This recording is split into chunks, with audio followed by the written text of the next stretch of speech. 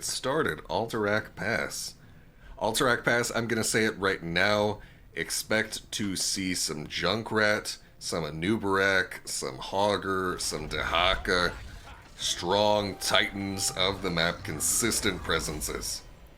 It's a very large map, of course, and it has much need for wave clear, so Dehaka's a natural pick.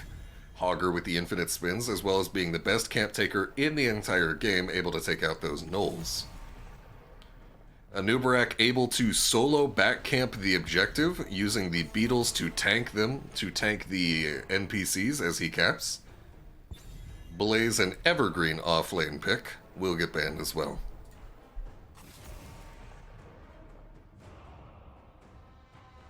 Here we see Lucio banned out as well. Yasuo, known for his Lucio play in particular, as well as it just being a strong character in the hands of these players. JUNKRAT going to face similar priority. JUNKRAT with the ability to have the permanent wards, the vision control, as well as the ever so critical wave clear and boss control in Alterac, seemingly designed for this map, although it would of course come much later than him, and a HERGAR the first priority. Porky mispronounced it and it instantly became a meme. Okay, well if it's making fun of Porky, then I'll say it. Hans is an insane upgrade from Nick, okay? I don't have the perspective of these EU players, so I cannot comment on that. But indeed, today, Oxygen is not rolling with Nick, who they played with yesterday. They have Hans this time around, who I'm being told is an upgrade. Sylvanas being locked for Hasuabs and a Yasuo. It really... Why do the guys named Yasuo and Hasu have to be on the same team? I guess it would be sometimes maybe arguably even worse if I had to commentate a fight between Hasu and Yasuo, but the fact that they're on the same team means that I always have to say both their names in the same draft. It's like they're just trying to make me flub things, man. It's amazing.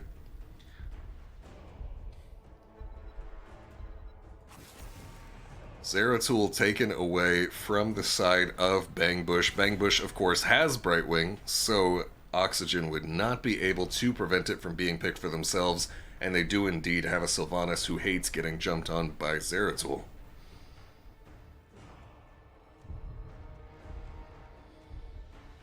Hans is Nick, Chad is playing you? What if you're playing me and it's a different guy and I just take your word for it, dude? I don't know who to believe. Everybody, just playing with my emotions. Tyrael banned out on the side of Bangbush. All the Europeans just come in here and they're like, let's make fun of the NA guy. Oh, and there's yet another Sergeant Hammer. We saw 2 Hammer pickups, I want to say, yesterday. And now 1 here in this Alterac Pass game. Again, as was picked before, not afraid of an early Hanzo when picking that Hammer right here. And I believe it was actually under extremely similar circumstances into a Brightwing and an early pick Hanzo when the Hammer dominated last time. It is going to be an ETC for Lauber and Skoog on the Gul'dan. Double long-range DPS for the side of Bangbush, looking to get any threat that they can onto Hammer.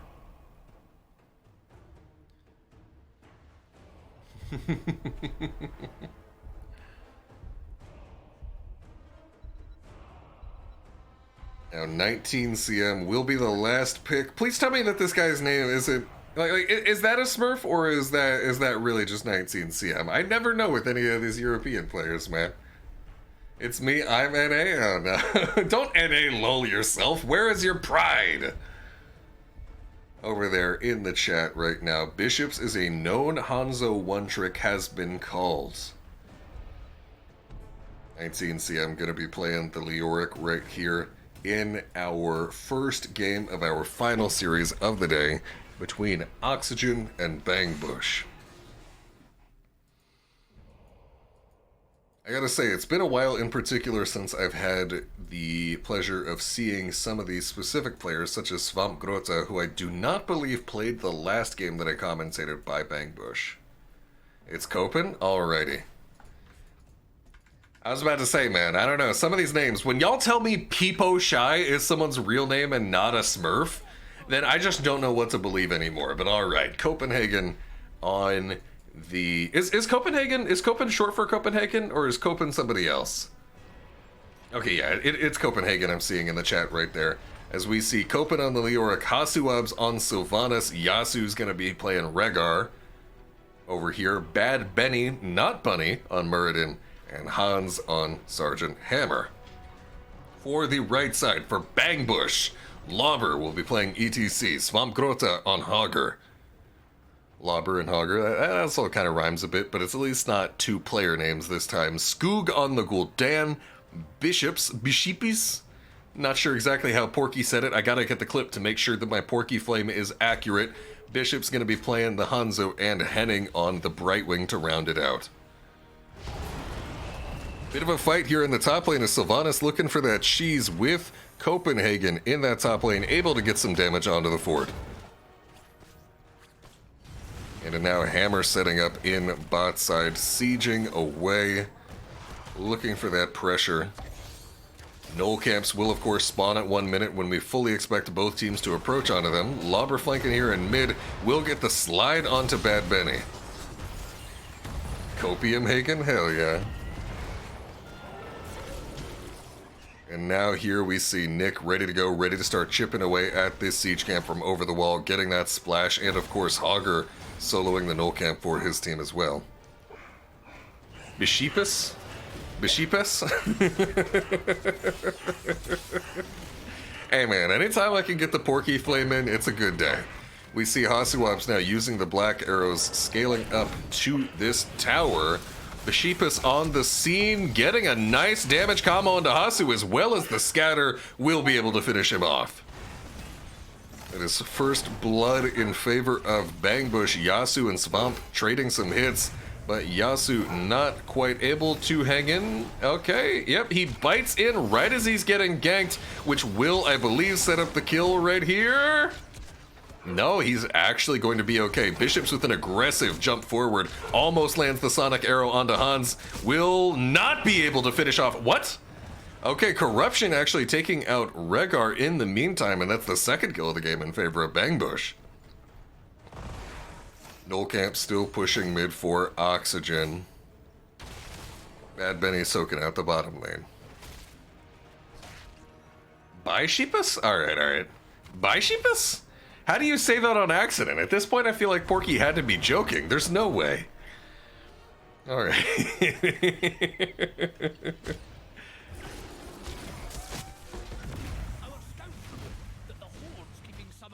Now, a bit of posturing throughout these lanes right here. Both teams just preparing for the objective. Null camp will be up very, very soon. Here is Nick getting ready for the second null camp of the game. Similarly, this is what you're basically always going to see, is both teams just taking null camps on CD right there. A spin very well contained onto the siege camp. And you can see just the ridiculous speed that Hogger does camps, that Hogger by himself did his camp significantly faster than Sylv and Hammer. Absolutely comical hero. Whoever greenlit that character's design, what are you doing? I'm not really that mad. It's just he's a personal rage point for me, as we see Skoog pausing the game for the side of Bangbush. The dogs are very angry again. Cure lost his shit. How do you get it so wrong? Both teams ready to go back in here. Nick getting the clear onto the mid. If you can get a null advantage, then you always want it. Whenever Lauber approaches onto Nick on this Sergeant Hammer, he will find himself getting booped away.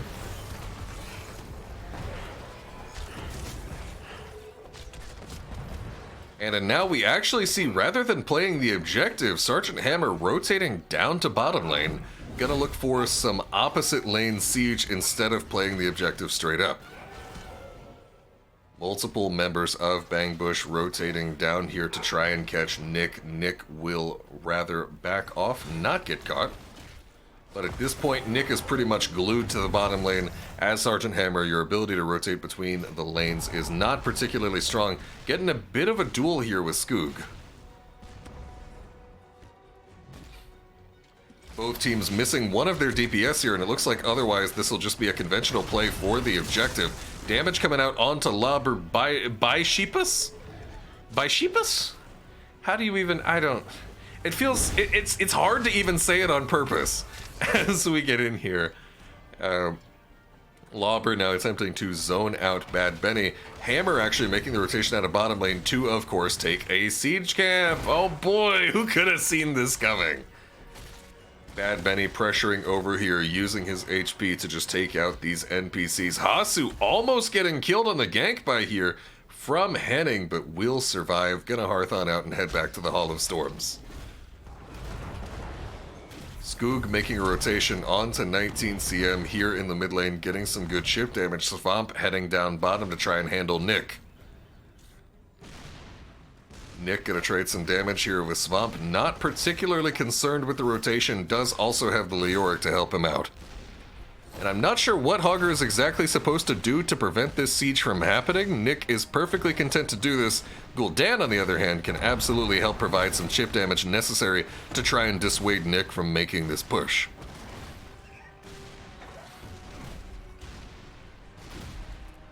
A lot of little spider mines getting stacked up in that bush right there. Might be a nice little Christmas surprise for somebody on the opposing team if they venture a little too close. And the bot lane push continues. Meanwhile, a gank onto Yasuo in top lane does not succeed. And Bad Benny's efforts to clear out those NPCs earlier do pay off a little bit as we see a Brightwing phase shift towards bot lane as Oxygen plays for this top one. With no Brightwing Z available, they know they can go all in on Lobber and he will not get the heal from across the map. Stormbolt connecting onto Bishops on the other hand. 19 CM with the chase. He does have Entomb. I thought he might go for the double Entomb onto ETC Hanzo there, but instead actually backing off. Oxygen making a lot of progress in capping this objective. Need to interrupt Henning if they can. They do not get it. Henning gets it. Horrify sending away Bad Benny. Hammer continuing to chip away at this bottom side of the map right there. Refuses to rotate up, and the push is just going to keep going. And guess what's happening? That's right, another null camp. Only 2.2 seconds of time remain on this objective. Nick looking for whatever chip damage he can get in bot lane versus Skoog, who is not able to adequately trade into him. Let's take a look at those stacks really quick. Gul'dan is stacking Corruption at level 1. He is halfway finished, 22 out of 40. As we see more damage pressure onto Lobber, who receives a phase shift as well as a mosh pit. Ancestral healing guaranteeing the survival of Muradin, and that is now the first kill of the game for Oxygen Esports. Oxygen Esports' strategy this game is not to get a ton of kills throughout constant fighting, but rather Hammer be a constant nuisance in this side lane as they continue to play the objective. Finally securing it here as Hans boosters away and is able to avoid the gank from Swamp Grota, immediately setting back up for yet another siege. In the mid lane, we have Sylvanas using the black arrows to shut down structures to attempt to set up for the null camps to get some siege damage, and LEORIC is already chunking away Copenhagen on those top structures.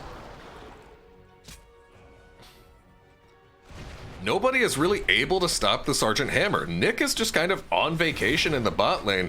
No matter who they seem to send, he always seems to be able to escape, and then it's immediately back to continuing to push.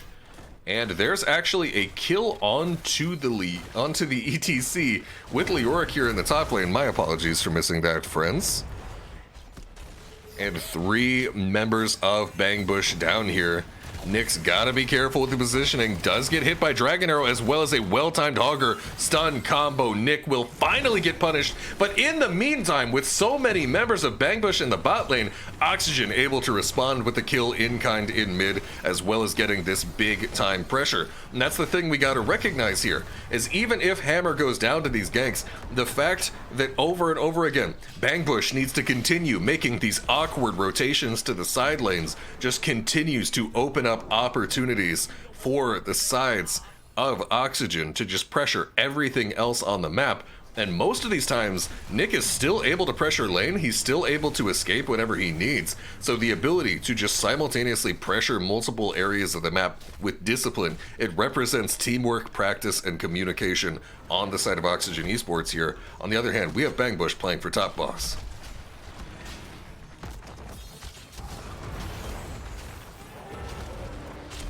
Bangbush playing for top boss. Oxygen is fully aware of this going down. They decide to make a trade on the other hand and secure this bottom boss.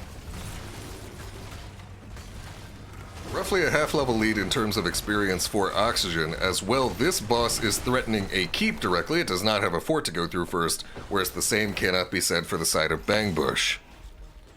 Oxygen will push directly with their boss, as is common for teams with such strong siege as Sylvanas and Sergeant Hammer. And I gotta say, the drafting here, I'm particularly a fan of it on the side of Oxygen. They both had a strong game plan during the first phase of the objective in securing it with the split push from the Sergeant Hammer, as well as stellar ability to push with the boss and or with the objective with the combination of the Sylvanas and the Sergeant Hammer.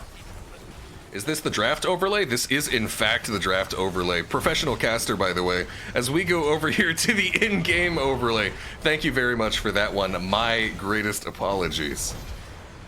I don't have a co-caster keeping me honest here today. It's just me. Thank you very much for any assistance you guys give me from the chat. It is greatly appreciated.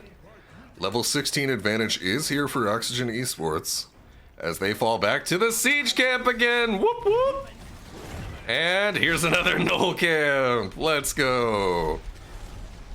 This little delay right here will surely buy Bangbush enough time to get level 16 and start contesting the objective here soon as Bad Benny starts to clear out the Guardian NPCs on this objective.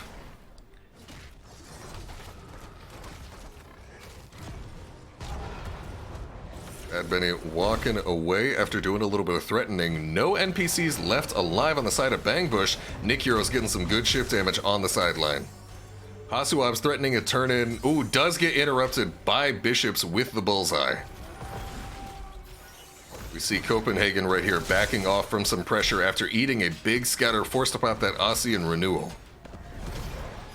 However, on the other hand, Oxygen Esports is just capping away down here. And at this point, we now see Bangbush starting to make the rotation. Lauber is looking for the flank on that left side, is not able to find anything just quite yet as the capture continues for Oxygen. Time is ticking. Hortipult forward towards Bad Benny. Bad Benny with a very long jump looking to escape. Horrify lands onto Sylv as well as Dragon Arrow on Yasu. Gul'dan is the first to go down. One kill in favor of Oxygen. Stormbolt does not land looking for Lauber. There's the mosh pit though. Lauber will go down before any kills are able to happen. A double kill for Oxygen, a triple kill for Oxygen. They're not done yet. Stormbolt, however, does not land onto heading, and it looks like it will be just a triple kill. The members of Oxygen filing into bot lane. They only have one keep, so this is a very healthy core, and you only push core if you think you can finish it off in its entirety. The core does regenerate health. This is Alterac Pass, and it has 40 armor, thanks to 2 keep surviving. The members of Oxygen continue to push, they continue to pressure, and that is Gul'dan now respawning 3 members alive on the side of Bangbush.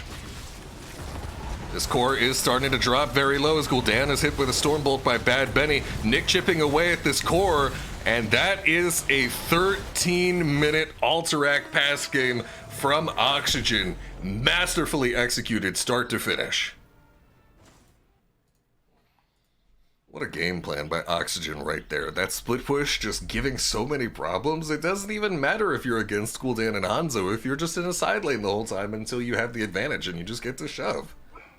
Crazy stuff from Oxygen in this game right here, taking game number 1 over their closest competitor for the number 1 seed other than Chili Mountain themselves, Bangbush. With this victory, Oxygen has guaranteed that even if they drop game number 2, they will still be at least in second place in the standings. Let's go ahead and take a look at that post-game lobby.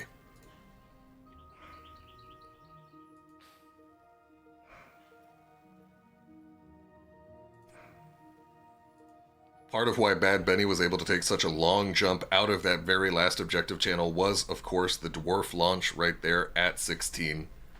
securing an extremely long jump to safety and a win in the fight for Oxygen.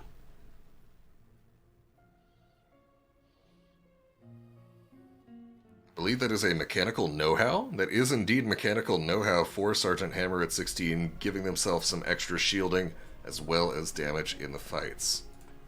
Checking to see if lobby is up. It is not up just quite yet. So let's take a look at those standings. These are the standings before this game right here today.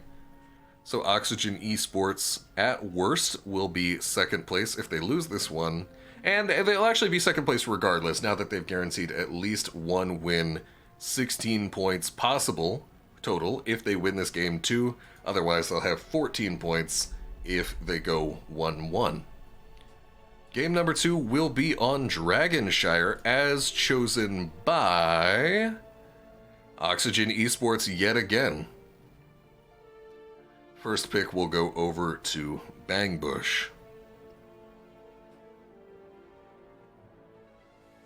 This is our very last game of the entire cast here today. 8 games in total, 7 have been played, one last one.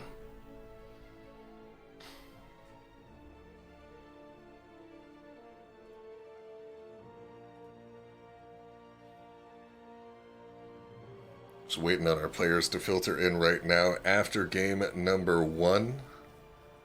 Looking to see what they can do on Dragonshire. Let's take a look at the schedule right here. I'm going to see when does the Gauntlet start. We are currently in the group stage of Masters Clash 2022. Trying to get as many points as we can before we go into the playoffs of the Gauntlet. The Gauntlet will begin June 4th. Group stage set to play out through the month of May. Happy May, everybody.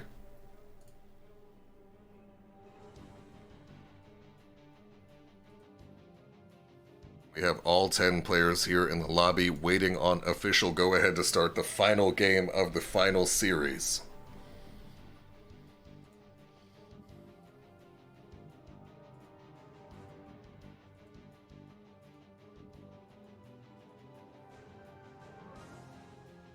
No official confirmation whatsoever from the players just quite yet, but we'll get there sooner or later.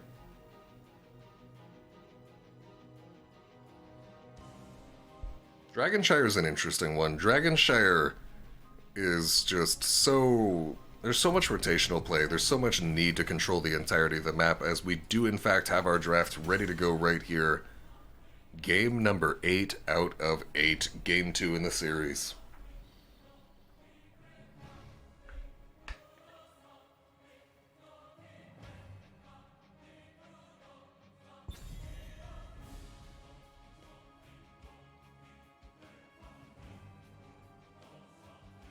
Just had to get a little water right there. It's been a lot of talking. Alrighty. And again, we can expect to see the usual suspects that we do. Tahaka, Hogger, Diablo. We've seen a lot of Maiev, some Tracer bands, Lucio, Junkrat. It's all on the table. Oxygen, of course, though, coached by Cavalier Guest, not afraid to shake it up a little bit. Wouldn't be surprised to see them bring their own particular brand of something special to Dragonshire.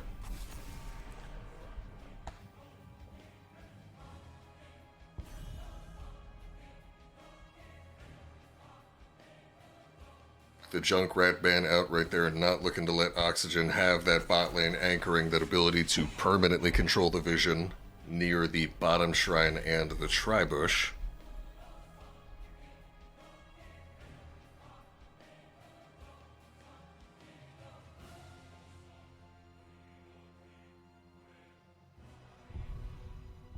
Gotta get some more water. This has been a lot of casting today. It's been very fun though. Thank you for being here with me, friends.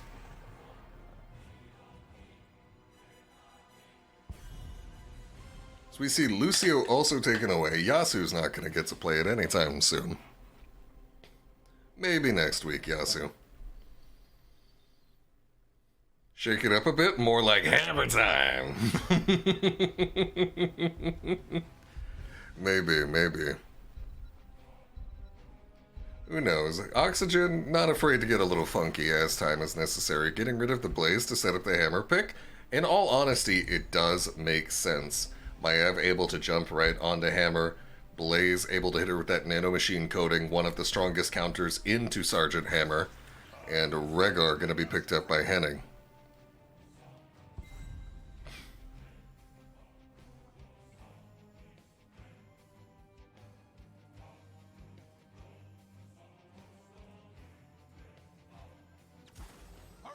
You see HOGR and Sylvanas picked up on the side of Oxygen.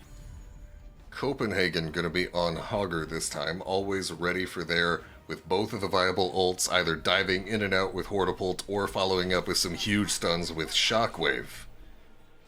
Lunara getting that vision of the wooded area, the tri-bush, as well as Lauber able to go for some deep scouting as well as some strong aggression.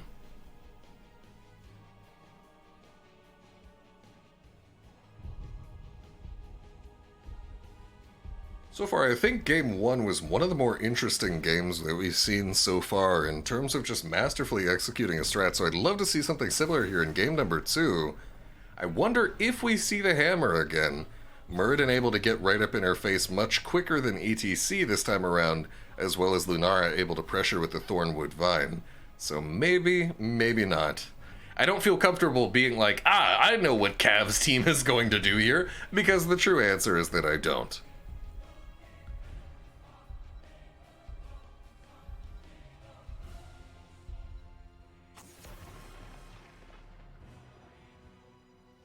Oh, then there it is right there. We know for a fact that they actually will not pick Sergeant Hammer, thanks to a ban by Bangbush.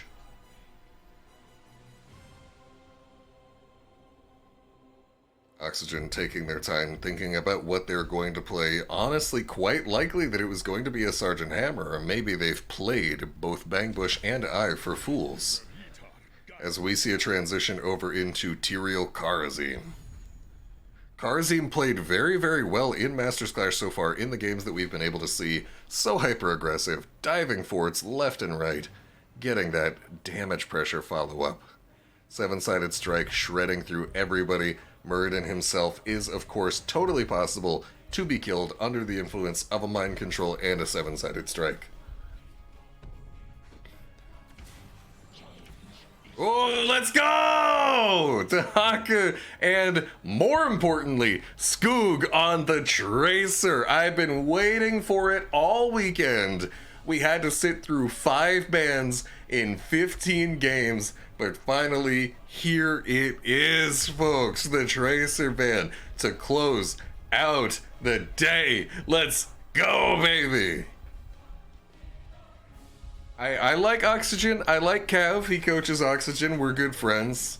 But to some extent, I'm always rooting for the Tracer player, as we see now Nick picking up the Phoenix as the last pick for Oxygen Esports.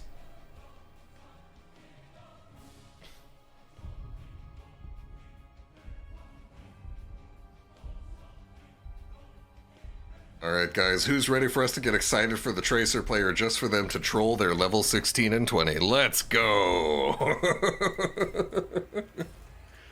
No, I have faith, I have faith. I think this is going to be an exciting one. I'm looking forward to seeing just how exactly this is going to shake out right here. I do expect Phoenix to be a bot lane anchor. He is one of the common anchors, so this is almost definitely going to be a 1-3-1. From Oxygen on the left side of the map. We're going to see HOGR in the top lane, Phoenix largely just holding down bot, not rotating out of it too heavily, and then a 3-man rotation from the Tyrael, Kharazim, and Sylvanas in that mid lane. Classic 1-3-1 on Dragonshire. Now let's get into the game right here as we transition. The players are ready.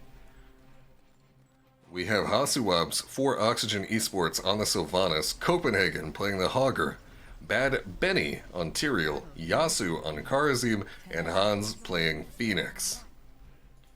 For the right side, for Bangbush, we have Lauber. It's not parting gift, fish! We have Lauber on Muradin, Svampgrota on Dahaka, Bishops on Lunara, Skoog on Tracer, let's go! And Henning on REHGAR. Bad Benny with the aggressive sword in is popping Righteousness. Bad Benny taking a lot of damage to start things out, but so is Skoog. Skoog actually the very first person to go down, Henning as well, and all of a sudden, out of nowhere, an Oxygen double kill. Just, okay. Not how I expected things to start out. Tahaka actually going to go down as well. And all right, it feels like Oxygen just walk forward and down smashed. I don't understand, but regardless, Bad Benny gonna take some damage here on the chase from Skoog, who is available after respawning, forced to recall out. That's just, okay, what? Okay, Hans is dead. Nick in the bot lane, evening up ever so slightly in favor of Bangbush there, getting a bit of a revenge kill onto this bot lane anchor Phoenix. 19 CM Copenhagen over here on their bruiser camp. And Bangbush gonna get started with their siege camp quickly, as well as a tongue drag followed up by a pulse bomb onto Bad Benny will chunk him down. Oh wait, hold on a second. This is an invade by Lauber, but he will jump on out of there after some aggressive scouting. Oh. And now we see some rotation towards the enemy siege camp, but the recognition that Oxygen is just about done with it and they won't be able to go for the invade. 2 camps to 1 in favor of Oxygen. Nick warping on out of there does not get his warp interrupted by Lauber, so he'll be fine. And again, the classic 1-3-1 is in formation. The basic idea behind this strategy for Oxygen is that you clear out mid lane every time it comes up with your 3-man and then rotate until there's another mid wave. The presence of the shrine, of course, dictates that Tyrael stayed mid for a second to look for the interrupts. And now we have the members of Oxygen backing up just a touch. Skoog taking a lot of damage in the meantime in this top lane skirmish. Some rotations back toward mid as Oxygen has wrested control of the top shrine away from Bangbush. Nick now taking control of bottom shrine, so this will be a dragon potential for Oxygen, but they'll need a couple picks to really secure it here.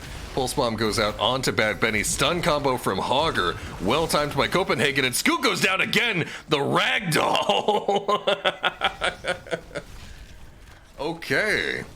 Early Dragon Knight for Oxygen Esports coming off the heels of that Tracer pick. And they're just going to get started with pushing this mid fort with the assistance of a large minion wave, many ranged minions, and Sylvanas shutting this fort down. Sylvanas haunting waves away from the enemy team, guaranteeing her safety as Dragon Knight now rotates towards bottom lane.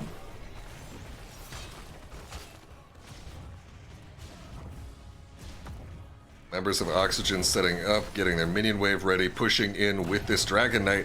Note the Dragon Knight was trying to stand on the top side so that it would only tank 1 tower, ended up tanking 2. And they're going to get a little bit more chip damage right here as we see Nick, on the other hand, rotating up to top right here, looking for the dive onto Swamp Grota. Using that Warp Warfare to put out a high amount of single target damage from Nick, getting that kill onto Swamp. Lauber is now in here, misses the Stormbolt. Lauber taking a lot of damage after jumping in, will actually get popped. 6 kills for Oxygen in the first 4 minutes of this game.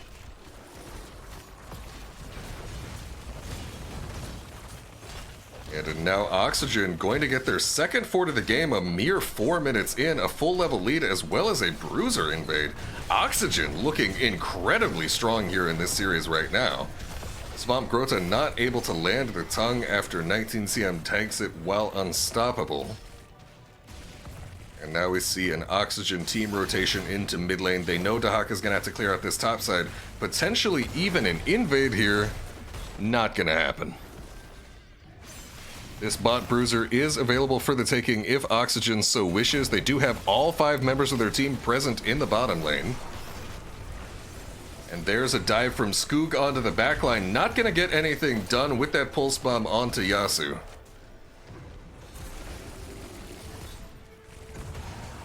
Bit of a parting gift choking Pollen from Bishops, wishing him goodbye as Hasuabs walks away. Lauber waiting in the bush for Nick, does find him and lands the Skullcracker into the Stormbolt. Hans trying to warp on out of there, will go down. Bad Benny able to sword out. 10 advantage slightly squandered by this. However, mind control lands onto Muradin, aided by the 7-sided strike, but a couple hits tanked by Skoog, who does go down. Despite having the 5v4 for a brief moment right there, actually with Daka mid, only a 4-on-4, down level 10 though. Oof. And now Bishop's getting some chip damage onto Bad Benny, who is preparing to take this shrine. Bottom bruisers now being captured by Hasuabs, Yasu, and Copenhagen. A strong opening so far for Oxygen Esports as they take this bruiser camp. Double camp available in bot lane as Giants actually go down, so single camp. Sylv stepping forward aggressively, looking to get that third fort of the game. Lobber defending here, but when your opponents are in the middle of a gigantic minion wave, there's not a lot you can do as Muradin. Your Stormbolt will get intercepted by those minions as we see the fort damage continuing to come out at this point. Bad Benny is the last one out the door.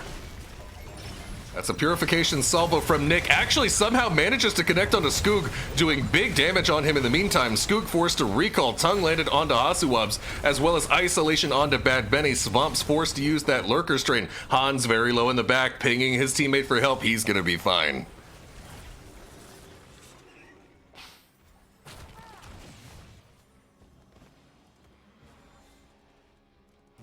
Now the rotation from Bangbush toward mid here.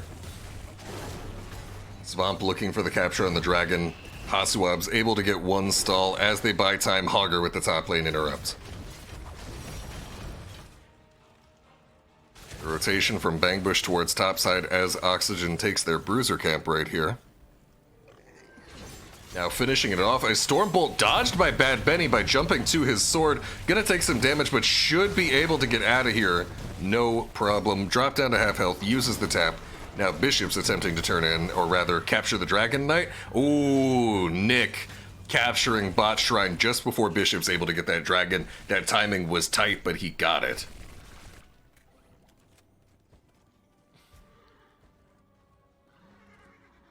Both teams posturing, 13 advantage just about to be secured. There it is for Oxygen Esports, who move in for yet another invade. They stole the enemy bruiser camp earlier. We actually see Bangbush coming in for the flank right here, spotted by Bad Benny. Enemy siege camp has been taken. Hasuab's hit with the sticky bomb. Actually, wow, somehow managed to get the haunting wave out and jump to it. Did get hit by sticky bomb though and will get finished off. Tongue onto Nick over there, gets dragged away. Their team does get the Dragon Knight, but at the cost of 2 members' lives. However, there is a camp pushing bottom as well as top, as well as a Dragon Knight. Not the worst situation for Oxygen, despite dropping the double kill. Isn't this a very hard Tracer game? I think you'd prefer to not be in these circumstances. Yeah, there are a couple reasons that we could get into later that would disrupt a bit of the flow of the cast, but I would love to talk about it at a later time. As we see now Bad Benny getting pressured out of the Dragon Knight in mid lane. Skoog will be able to follow him throughout the lane, and that's actually a dead Dahaka in the top lane thanks to a timely gank from Yasu, and I'm just missing literally everything as Bad Benny also gets ganked right there. A 1-for-1 between the two teams.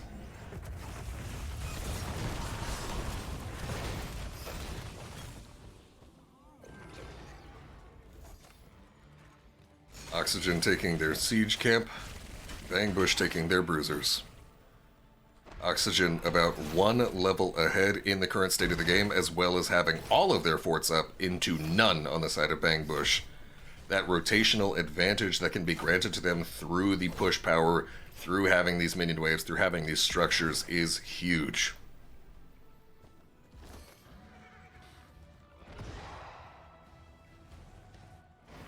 Oxygen now with the heavy team rotation towards topside. Bad Benny will get scouted out by the Wisp, but no other members of Oxygen, as they simply look to clear out the bruiser camp and play rather passive, defensive, and just wait for that 16 advantage. Bad Benny, on the other hand, is actually doing a little bit of baiting right there with the double sword swap.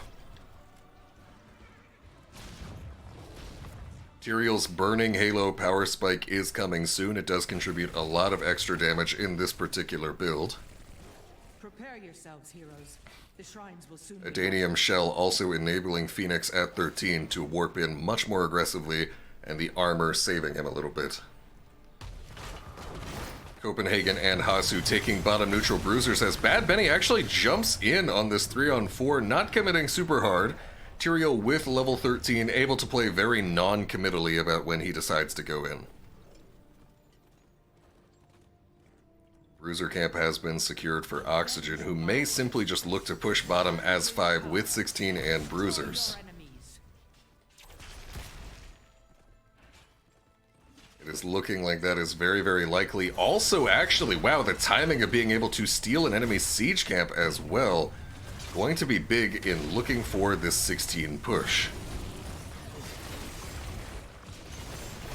Getting a very strong push already. Bad Benny going under fort for a second. Mind Control goes out onto REHGAR as well as Shockwave. Henning taking some damage in the back, forces the Ancestral on himself. Tahaka capping Backshrine behind the scenes, looking to secure a Dragon Knight for Bangbush. Bad Benny's in there, he gets jumped out. Actually, Lauber lands the Stormbolt onto him. Bad Benny no longer has his sword, and Tahaka capturing Dragon Knight in the mid lane. Botkeep not quite able to be finished off by Oxygen. As they walk away from Lauber at this point. Lauber would love to land a stun, doesn't quite have the length. That's an aggressive sanctification from Tyrael on top of Nick's warp in. The damage is huge. The warp warfare, another warp right there thanks to the takedown reset. Will take out Henning and will take out Muradin as well at the same time. The resets are massive, and all of a sudden this Dragon Knight does not look worth at all. Oxygen with the triple kill in the very late game right here. This Dragon Knight not even hitting an enemy building, I don't think a single time, and Botkeep being played by Oxygen. Tongue from Tahaka does not land. Oxygen moving in forward right here. They feel they have enough time to end this game on the core. These death timers are rather long. Sticky Bomb hits 3 members of Oxygen. Swamp Grota taking big damage. Shockwave will land from Hogger. Skoog quite low in the backline will go down, and this is Oxygen continuing to play on the core. Some members of Bangbush are about to respawn, but this core is going down fast. Bishop's taking big damage from the warp warfare on Nick. Core is going down 36%. All multiple members of Bangbush are here on the defense, but it's too much, and Oxygen takes the series 2-0. All right. Oxygen with a controlling, dominant 2-0 over the next team down from them in the rankings. Bangbush right there, very well executed, very well game planned from start to finish. We know Cavalier guest coached teams love their 1-3-1 on Dragonshire. Phoenix, certainly one of the most classic bot lane anchors right there. The aggression so beautifully well done. You love to see it. I just love seeing the existence and prevalence of certain characters that we don't see as much in NA anymore, between Kerrigan and Kharazim and Maiev. It's just absolutely a treat to watch. Now we've got our post-game scoreboard right here. Let's go ahead and flash it up for you right there. We can see our talents for each of these teams.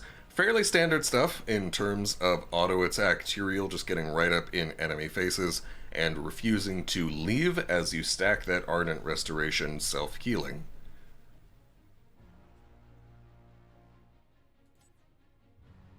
Oxygen able to turn that situation, just constantly stacking every advantage, giving Tahaka the Dragon Knight, but it didn't matter. They just immediately turned it into a triple kill off of some beautiful Nick resets in the late game. Very well executed. And with that, that concludes our games for today, folks. We see here the final updated standings as of the end of this weekend. Oxygen at number 2, 2 points behind Chili Mountain. Hypothetically, if next weekend on Saturday Chili Mountain were to get 2-0'd and Oxygen simultaneously 2-0'd someone, Oxygen would be able to leapfrog them, as well as potentially some other shenanigans happening Saturday, Sunday. But this is how our standings look as of this week. Teams will have the rest of the month to vie for points, try and take each other on to give themselves as good of seeding as possible leading into the playoffs, aka the Gauntlet and the finale. At the moment, I am planning on casting the entire tournament. I can't 100% commit to being here every single day, and plans do change. But at the moment, I am planning on being here as much as possible.